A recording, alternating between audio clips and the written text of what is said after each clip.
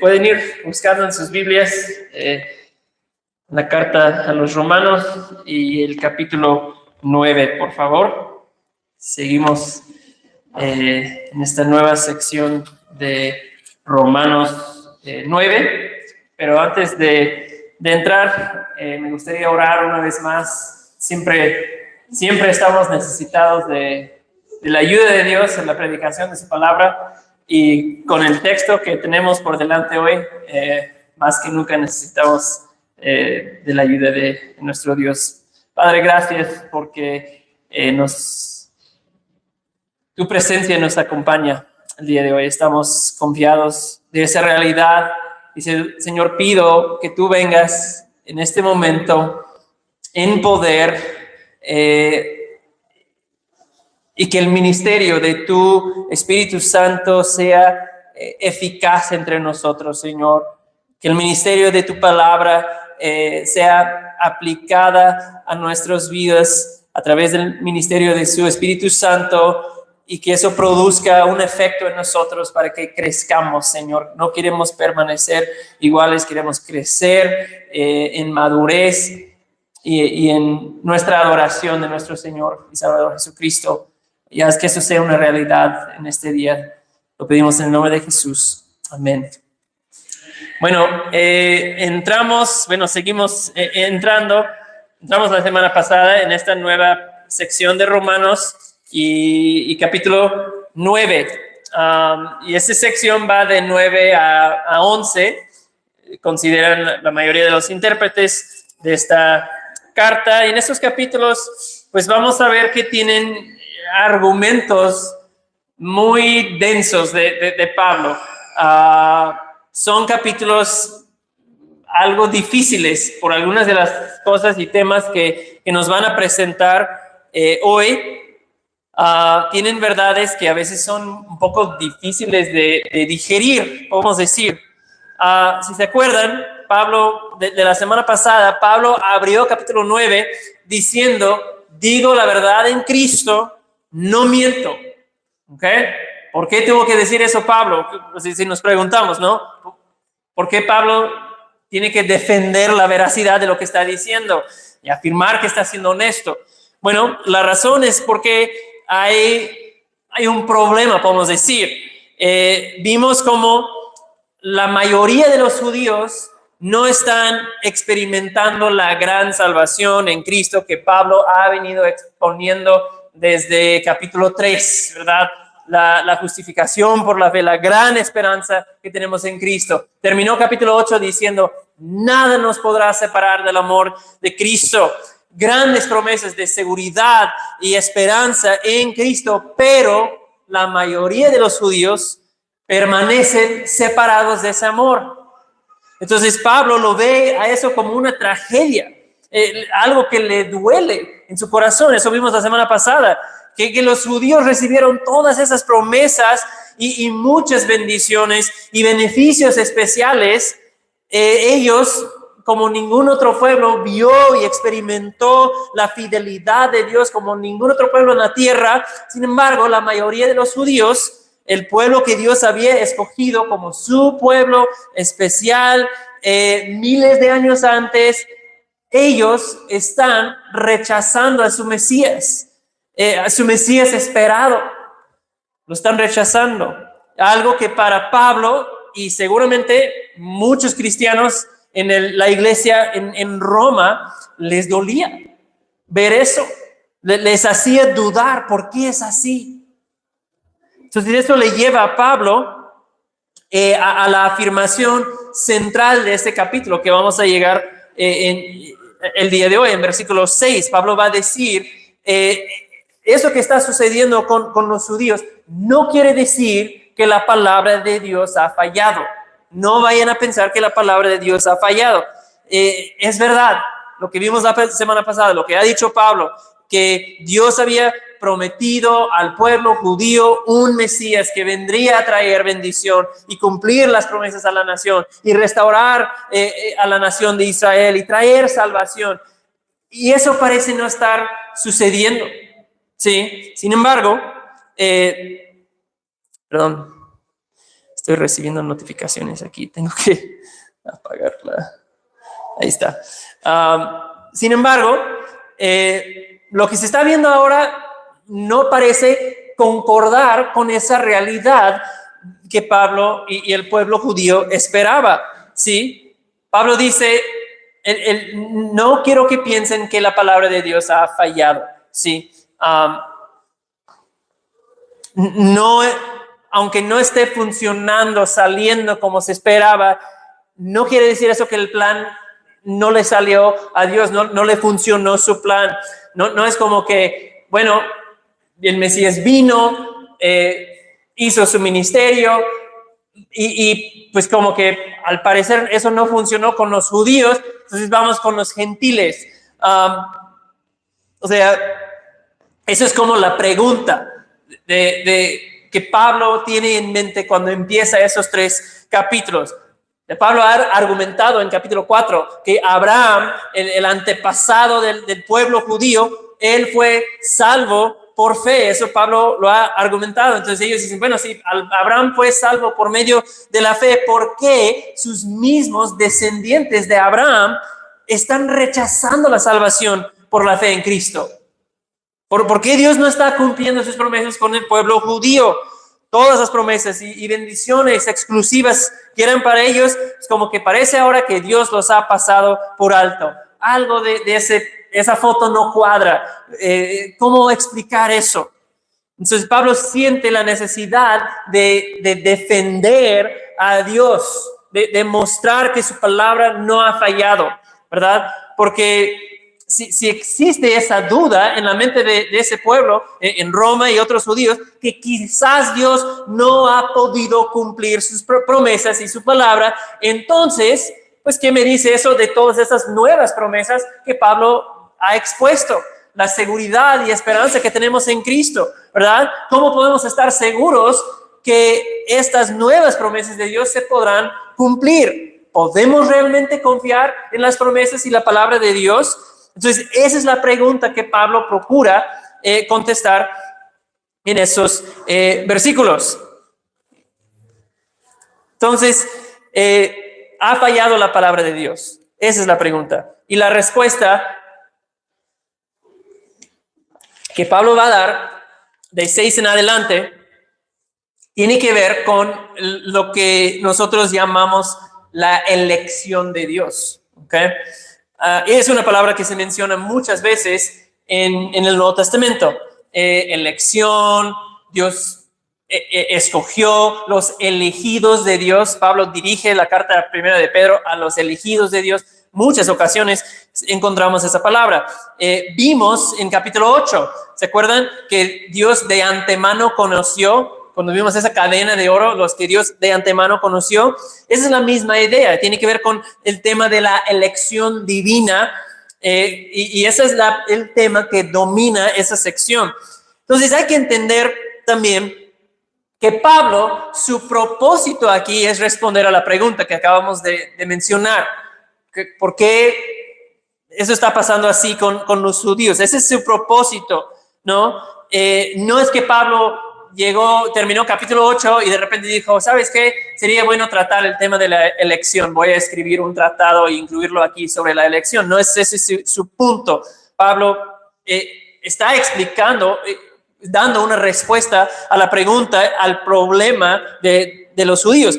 Sin embargo, aunque no quiso escribir un tratado sobre la elección, toda su respuesta tiene que ver explícitamente con el tema de la elección divina. Y vamos a ver que Dios hace una distinción, una elección entre personas. Y a lo largo de la historia de la iglesia, eso ha sido un tema debatido. Se le han dado diferentes explicaciones. Cristianos tienen diferentes posturas con respecto al tema de la elección. Lo mencionamos un poco cuando vimos el capítulo 8, esos versículos.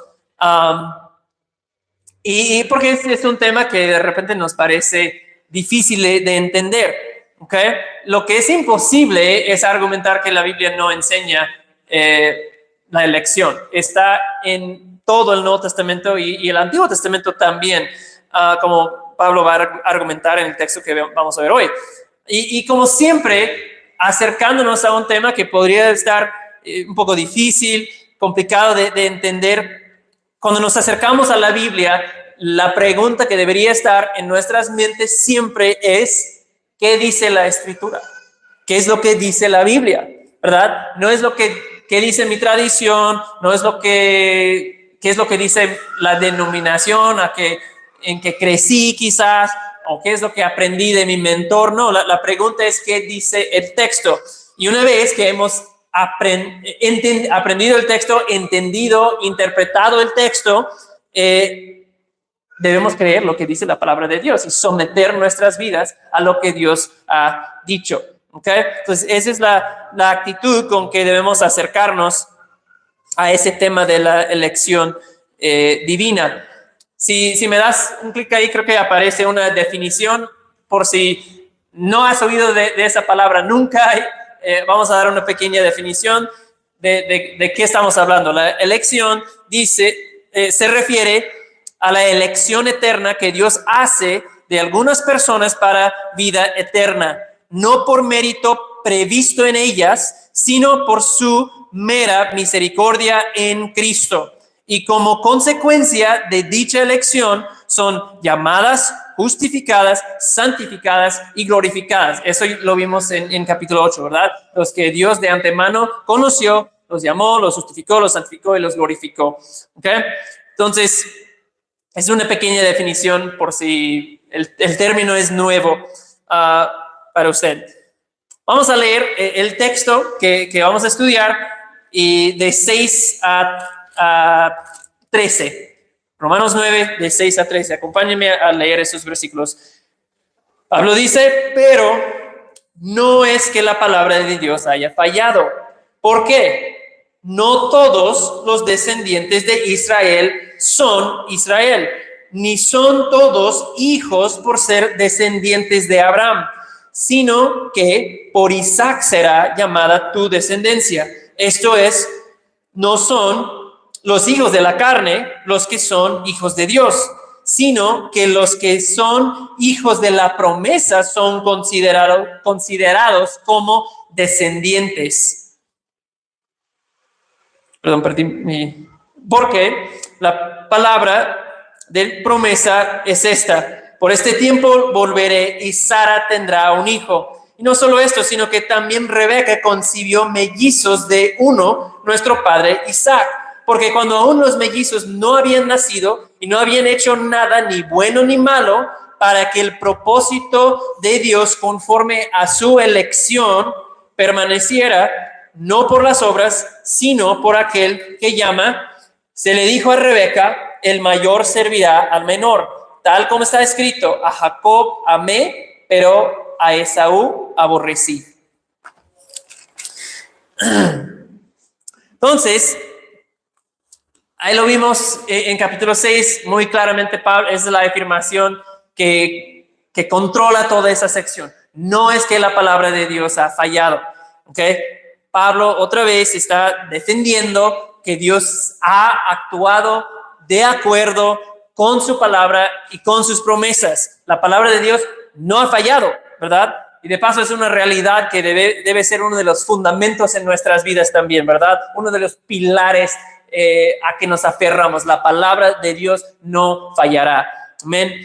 Y entonces, de ahí, de esa afirmación, Pablo da su primer argumento. ¿Por qué no ha fallado la palabra de Dios? Porque no todos los descendientes de Israel son Israel. Entonces, Pablo está diciendo, y es verdad, ya lo dijo en 1-5, Dios hizo promesas a Israel.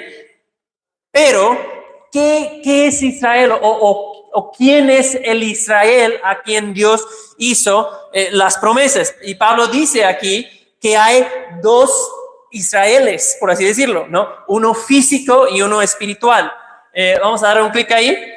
Y entonces, ese círculo puede representar Israel físico. Si le das otro clic, hay otro Israel espiritual. Pablo está diciendo, hay dos grupos de que tenemos que hablar dos Israeles, uno físico que incluye pues todos los descendientes de Abraham, Isaac y Jacob, todos esos que descendieron de Jacob, ellos son Israel físico, pero hay otro Israel espiritual, ¿ok?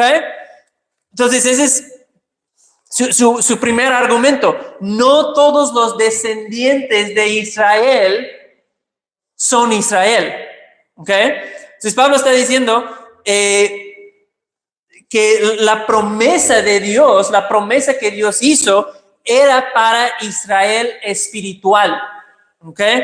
Y entonces, de inicio Pablo está diciendo, Dios siempre ha hecho una distinción entre esos dos grupos, entre los que son descendientes de Abraham y los que son Israel verdadero y escogido.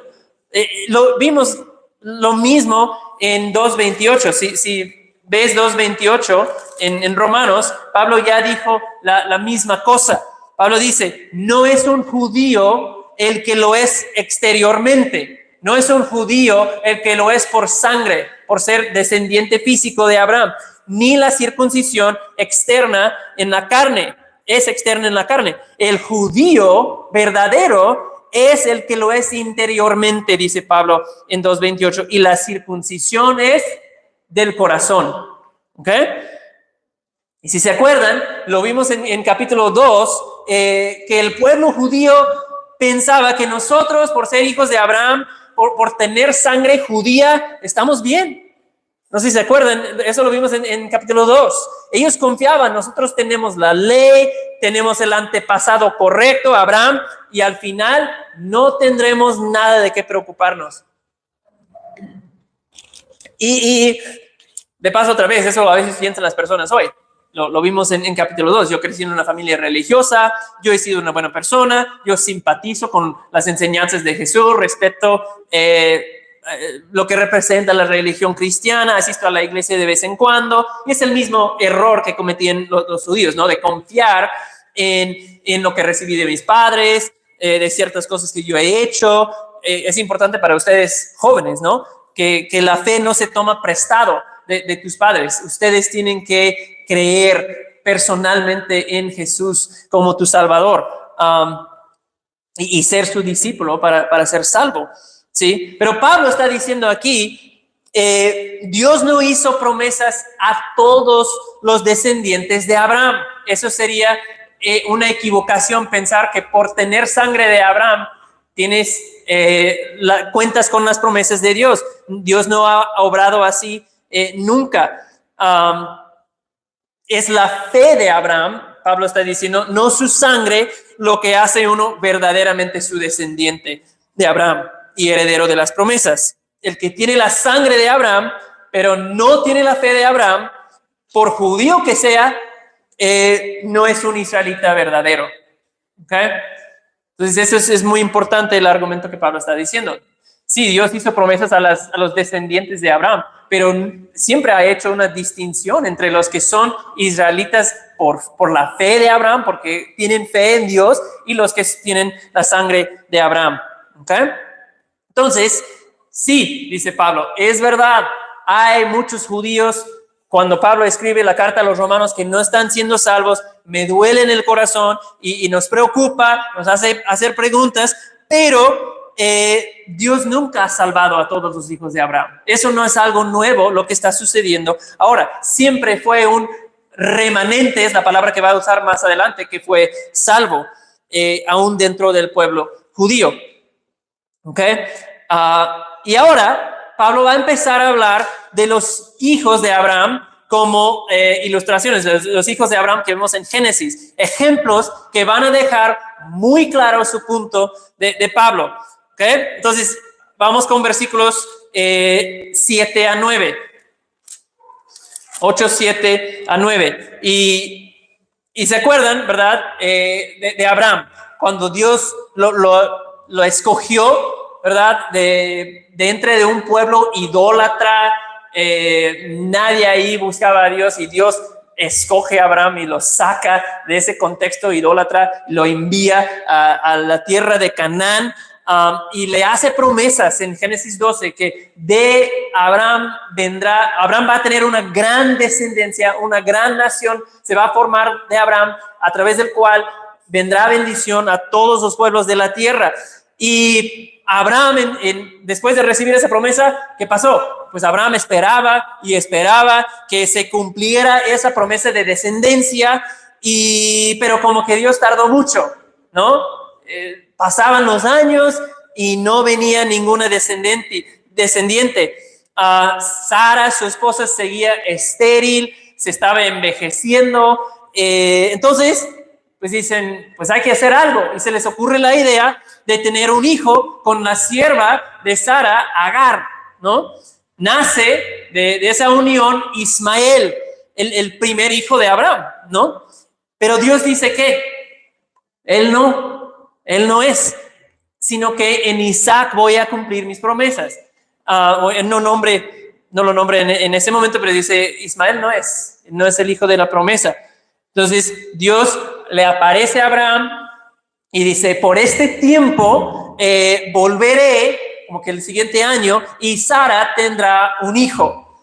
Entonces nace Ismael, Dios dice, no es él, pero Sara sí va a tener un hijo, y volveré, y él será el hijo de la promesa. Entonces Dios, antes del nacimiento de Isaac, está diciendo a Abraham y a Sara, ya lo he elegido, ya lo he escogido a Isaac, ¿sí? Ni siquiera se había nacido. Entonces no es porque vio algo en Isaac que Dios no vio en Ismael, sino porque Dios eligió a Isaac.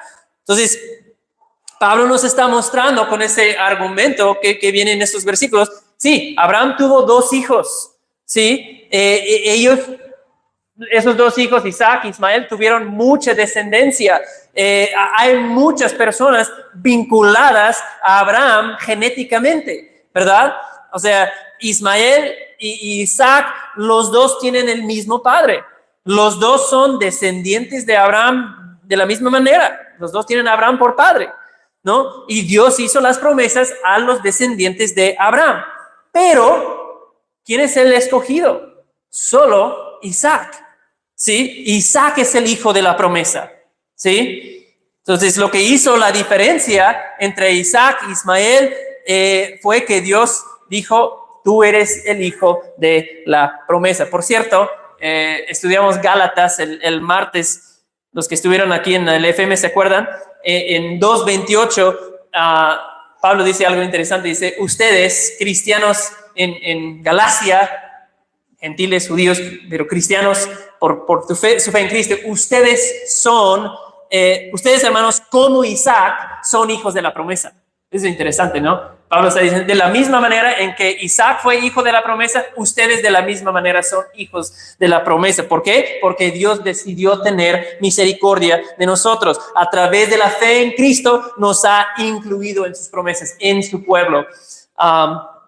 Entonces, Isaac es el hijo de la promesa. Isaac recibe las bendiciones del pacto y una relación con Dios por la misericordia de Dios, ¿verdad? Porque Dios puso su amor sobre él. Entonces, en respuesta a la pregunta original de Pablo, vemos nuevamente que Dios nunca ha salvado a todos los descendientes físicos de Abraham. Eso no es algo nuevo lo que está ocurriendo. Ahora, alguien podría decir, bueno, sí, Dios escogió a Isaac, pero es que Ismael, pues ese cuate pues, nació de la sirvienta. Pues claro, Abraham no tenía que haber hecho las cosas así, lo hizo mal. Abraham estuvo actuando según la carne ahí. Ella no era verdaderamente la esposa de Abraham. Ismael no fue entonces el elegido porque tuvo la madre equivocada. O sea, todavía podría existir la duda. Que bueno, claro que Dios escoge a Isaac porque Ismael pues salió de esa relación media turbia ahí. Y Dios quería que las cosas se hicieran de la forma correcta, con Sara. Por eso escogió a Isaac. ¿Ok? Dice Pablo, pasamos a la siguiente generación para ver si ese argumento funciona. Veamos otro ejemplo. Versículo 10. no solo esto, dice el versículo 10, y ahora empieza a hablar de Isaac y Rebeca y sus hijos. Y pasó un poco lo mismo con Isaac y Rebeca que con Abraham y Sara. Ellos también tuvieron dificultad con tener hijos. Y vemos que Isaac ora en algún momento por su esposa, por Rebeca, y ella concibe, ¿no? Excelente, van a tener un hijo, las promesas de Dios se van a cumplir. Y bueno, pasan los meses del embarazo de Rebeca. ¿Y qué sentía Rebeca? Dice que ella sentía que no es nada más uno, son dos, porque sentía que luchaban dentro de ella. Dice en Génesis, luchaban dentro de ella. Entonces, de ese embarazo no va a nacer nada más uno, sino dos hijos.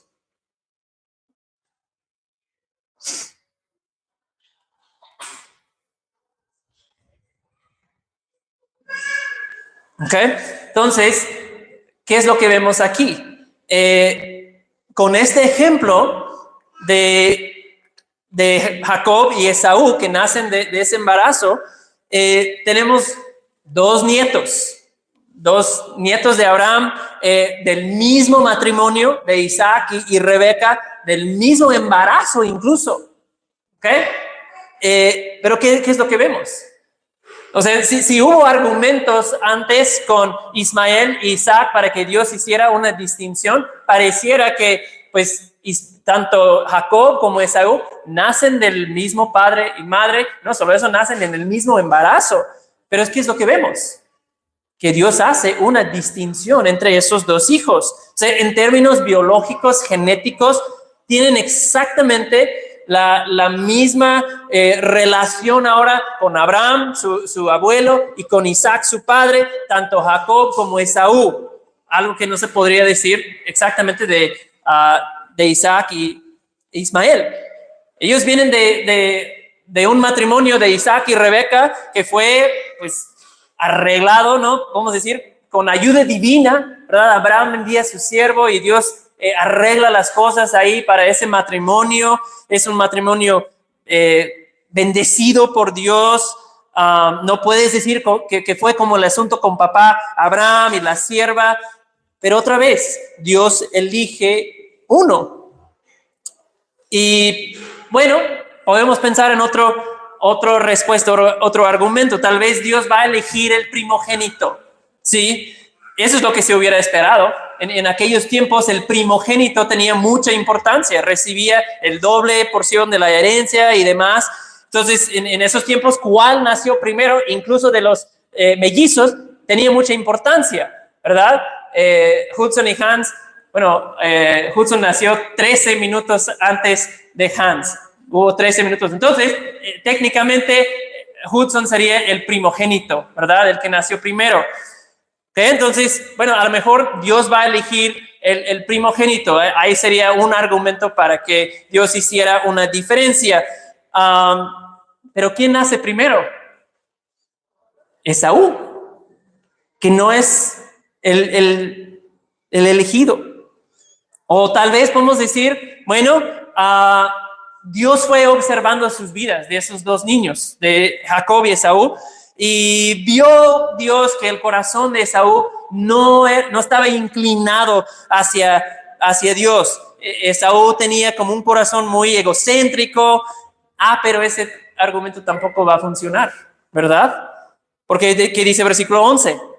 Vean versículo 11. Cuando los mellizos aún no habían nacido, no habían hecho nada, ni bueno ni malo, se le dijo a Rebeca, el mayor servirá al menor. Dios ya le dijo antes de su nacimiento, el mayor va a ser siervo de menos grandeza que el menor. Mi bendición va a estar sobre el menor, sobre Jacob. Entonces, pregunta, ¿hubo algo en ellos? ¿Una característica que Dios vio, algo en su juventud que le hizo inclinar hacia Jacob? No. O sea, la pregunta es aquí, ¿sobre qué base hace Dios esa distinción entre Jacob y Esaú? Y Pablo está diciendo, no hay nada humanamente que podamos decir que fue eso entonces que hizo la diferencia. O sea, los argumentos van eliminando todo argumento o explicación humana que hubiera hecho la diferencia. Ahora, o sea, para ver cómo Dios escoge, nosotros hubiéramos visto a Jacob y Esaú, pues, como era, ¿no? Un hombre fuerte, masculino. Salía al campo y cazaba los animales y trajo pedazos de carne de regreso para la familia. Era un hombre que empezó a proveer desde temprano para su familia. ¿Cómo era Jacob? Pues todo lo opuesto. Ahí en la cocina con su mamá, con sus manos bien suaves y no sé, veía telenovelas ahí con su mamá. Era muy de casa. Entonces, humanamente los hubiéramos visto, no, y Esaú es hombre. Pero Dios escoge a Jacob, ¿sí? Dios no escoge de la manera en que nosotros elegimos. El texto dice, citando en versículo 12, o 13, citando a Malaquías, a Jacob amé, pero a Esaú aborrecí. Entonces, cuando escuchas la palabra aborrecer o aborrecí, puedes decir, híjole, qué fuerte que Dios dijera una palabra así, y realmente es muy probable que se trate de una manera hebrea de decir amar menos o rechazar, podría tener la fuerza de rechazar. Recordamos que Jesús dijo en su ministerio, el que no aborrece a su padre y a su madre no es digno de mí. Es la misma palabra. Entonces, y Jesús no está diciendo tienes que aborrecer a tus padres. Jesús está diciendo tienes que tener una lealtad y compromiso mayor conmigo. O sea, tu amor por mí debería ser que tu amor por tus padres casi parece que no te importan mucho. O sea, porque tu lealtad, si tuvieras que elegir entre obedecer a Dios y obedecer a tus padres, vas a obedecer siempre a Dios, el que no aborrece. Esa es la idea que Pablo y Jesús están tratando de comunicar, de amar menos. No significa exactamente lo que nosotros podemos cuando escuchamos la palabra aborrecer. Y quiero que notemos también lo que dice la segunda parte del versículo 11. Dice, desde cuando los mellizos no habían nacido, no habían hecho nada bueno o malo, para que el propósito de Dios conforme a su elección permaneciera, no por obras, sino por aquel que llama. Y Pablo está diciendo, Dios lo hizo así, con Jacob y Esaú, Dios lo hizo así, para un propósito, para que su propósito continuara. ¿Qué es el propósito de Dios? Bueno, propósito significa plan determinado. ¿Okay? Un plan determinado de Dios. Y creo que se refiere al plan de redención, ¿no? La salvación que Dios iba a traer a su pueblo para que ese propósito, ese plan determinado permaneciera, ¿sí? Y eso nos recuerda que Dios está en control completo para que sus planes se cumplan. Nos referimos a eso como la soberanía de Dios, su control y poder completo sobre todas esas cosas. Déjenme recordarles algunos textos que hablan de la soberanía de Dios, que Dios siempre hace que sus planes se cumplan. Isaías 14:24 dice: el Señor de los ejércitos ha jurado, ciertamente tal como lo había pensado, así ha sucedido. Tal como lo había pensado, así se cumplirá. Tal como yo planeé, así se va a cumplir. Y luego en el mismo capítulo de Isaías 14, versículo 27, dice: si el Señor de los ejércitos lo ha determinado, ¿quién puede frustrarlo? Y en cuanto a su mano extendida, ¿quién podrá apartarla? Isaías 46:10. Dios dice: mi propósito, la misma idea, mi plan será establecido y todo lo que quiero realizaré. Dios es totalmente soberano en orquestar todas las cosas para que su plan se cumpla siempre. Entonces, vamos a ver en la elección de Dios que siempre se hace en base a sus propósitos. ¿Okay? O sea, ¿cuál es el criterio? Pues es en base a sus propósitos de Dios, para que se cumpla su plan, que es bueno y justo y sabio.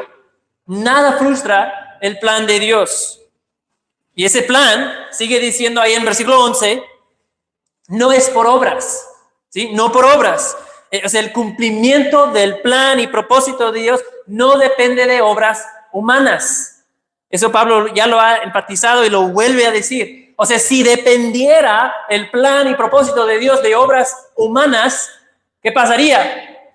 El plan fracasaría seguramente, ¿no? Pero no depende de obras.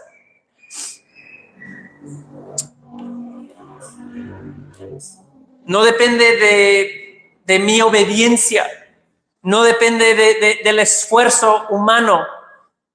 ¿Y qué nos dice eso? Que nosotros no teníamos nada que ver con que se cumplieran los planes de Dios. Dios se lleva toda la gloria en el realizar de sus planes. Todo el honor es para Dios.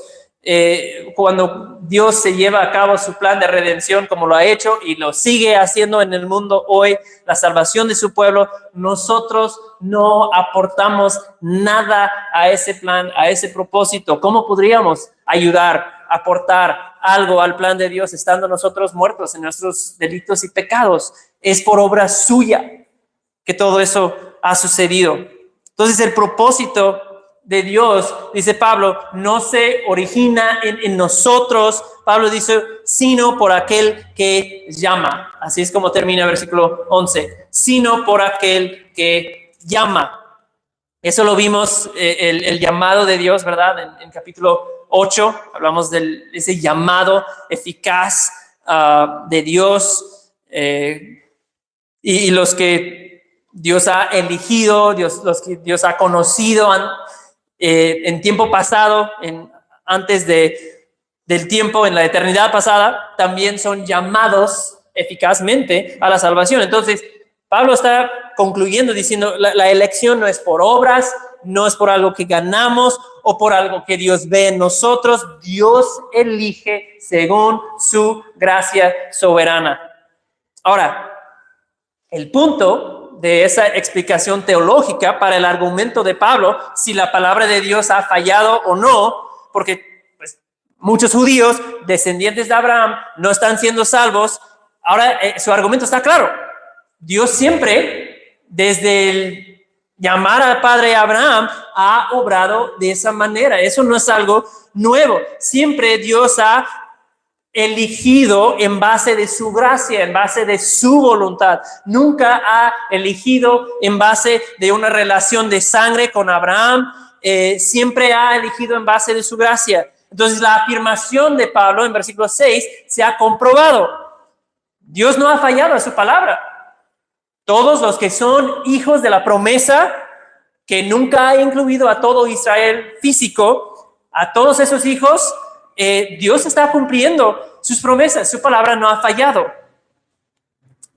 Vamos a dar un clic ahí, creo que aparece una cita que nada más confirma lo que acabamos de exponer. Un comentarista dice, si eso fuera el caso con respecto a Jacob y Esaú, el ejemplo que Pablo pone, que Dios elige uno y no el otro, algo que todos los contemporáneos judíos de Pablo afirmarían, ellos no tendrían problema con decir, pues claro que Dios escogió a Jacob, ¿no? Entonces, no debería sorprendernos que la elección de Dios es el factor determinante en el presente también. Eso es lo que Pablo está argumentando. Dios lo hizo así antes y lo está haciendo de la misma manera ahora. Dios no ha cambiado su plan, Dios no ha fallado a su palabra. Entonces, los judíos en Roma pueden tener esa certeza en las promesas de Dios y nosotros también. Dios ha cumplido cada una de sus promesas en el Antiguo Testamento y entonces para nosotros en Cristo las nuevas promesas también se cumplirán. Dios ha sido fiel siempre a su palabra, se ha cumplido. Y Entonces, eso es el argumento del texto. Y a veces vemos esos argumentos y decimos, híjole, con Jacob y Esaú, lo ves y dices, ¿Dios puede hacer eso? O sea, escoger uno y no el otro, ¿eso está bien? ¿Cuál es la respuesta humana? Siento que eso no es justo, ¿verdad? No es justo, se siente así. Y si piensas así, eres perfectamente normal. Porque Pablo anticipa, da por sentado que vas a tener esa pregunta. Y ahí es donde va a ir en versículo 14. Lo dice claramente. ¿Qué diremos entonces? ¿Hay injusticia con Dios? Sí, ¿hay injusticia con Dios? O sea, si nosotros hemos entendido bien esta sección, nos debería llevar a tener esa pregunta. Porque Pablo espera que vamos a tener esa pregunta. Esa respuesta va a venir la siguiente semana. No vamos a entrar ahí todavía. Así que quédense pendientes, sintonizados, porque viene la respuesta. Sí, entonces, si nuestra explicación de la elección de Dios no nos lleva a esa pregunta, no hemos entendido bien lo que Pablo dice, porque Pablo espera que vamos a tener esa pregunta. ¿Okay? Entonces, como vamos a ver en las próximas semanas, la elección de Dios y la responsabilidad humana son dos realidades que humanamente sentimos que están en tensión. No podemos comprender por completo cómo sintonizan y no tenemos que comprenderlo, ¿verdad? La Biblia enseña claramente las dos realidades y cuando no podemos explicar por completo cómo pueden funcionar dos cosas, eso nos debería llevar a humildad y a someternos a lo que la palabra dice. No tenemos que entender a la perfección todas las cosas. Nos lleva a ver nuestra pequeñez, ¿verdad? Dios, sus pensamientos son mucho más altos que los nuestros, ¿no? Y nos debe llevar a adorar a nuestro Dios y descansar en su soberanía y su sabiduría. Y creo que es importante recordar una vez más que Pablo explica esa doctrina para responder a la pregunta que hemos visto, si Dios está cumpliendo su palabra. ¿Okay? No lo explica para que tratemos de entender, ¿por qué Dios lo hace así? O sea, yo no lo había pensado. ¿Quiénes son los elegidos, verdad? Personas han hecho esa pregunta. Pero si vamos a las Escrituras, nunca jamás vemos a alguien haciendo esa pregunta. ¿Quiénes son los elegidos? Nadie, ¿no? Si alguien dice, no sé si soy uno de los elegidos, si viene esa pregunta a tu mente, bueno, la respuesta es muy fácil. ¿Cómo puedes saber? Arrepiéntete y creer hoy en Jesús. ¿Sí? Tu responsabilidad bíblicamente es eso, no pensar en quiénes son los elegidos. La Biblia nunca hace esa pregunta. La Biblia lo que dice a nosotros es arrepiéntanse y crean en el Evangelio, crean en Jesús. Esa es nuestra responsabilidad. Hechos 17 dice, después de Jesús, Dios manda, no invita, manda a todos los hombres en todo lugar a que se arrepientan. A todos los hombres. Ese es el mandamiento de Dios para nosotros. Arrepentirnos y creer en Jesús. ¿Okay? Entonces, si verdaderamente crees en Jesús y le sigues fielmente el resto de tu vida, puedes saber que Dios te ha elegido. ¿Sí? Ahora, una pregunta. ¿Sería un falso o verdadero? ¿Sería perfectamente justo que Dios no salvara a nadie? ¿Falso o verdadero? Verdadero, ¿verdad? Sería perfectamente justo que Dios no salvara a nadie. Sin embargo, ¿qué sabemos? Que Cristo vino a morir por pecadores como tú y yo. La Biblia dice que nosotros hemos revelado que el Dios bondadoso y amoroso, Rey del universo, quien nos dio vida, y Isaías dice que todos nosotros como ovejas, ¿qué hemos hecho? Nos hemos descarriado, ¿verdad? Como ovejas siendo cuidados, guiados, pastoreados por un buen pastor. ¿Qué hicimos? Nos descarriamos. Dios en su infinita sabiduría marcó el camino bueno para nosotros y decidimos arrancar en otra dirección, ¿verdad? En dirección equivocada. Decidimos hacer las cosas a nuestra manera, pensando erróneamente, de manera arrogante, que nosotros sabemos mejor que Dios, ¿sí? Rechazándole a Dios, rechazando a su palabra. Y a pesar de ello, Dios envía a su propio Hijo Jesús, que vino y tomó sobre sí mismo el castigo que nosotros merecíamos. Y cuando confiamos en Jesús y confiamos en su obra, como hemos visto, Dios nos da la justicia perfecta de Cristo, ¿sí? Entonces, esa doctrina de la elección debe llevarnos a regocijarnos y a decir, yo no sé por qué su gracia vino a mí, ¿sí? ¿Se acuerdan de esa canción, no?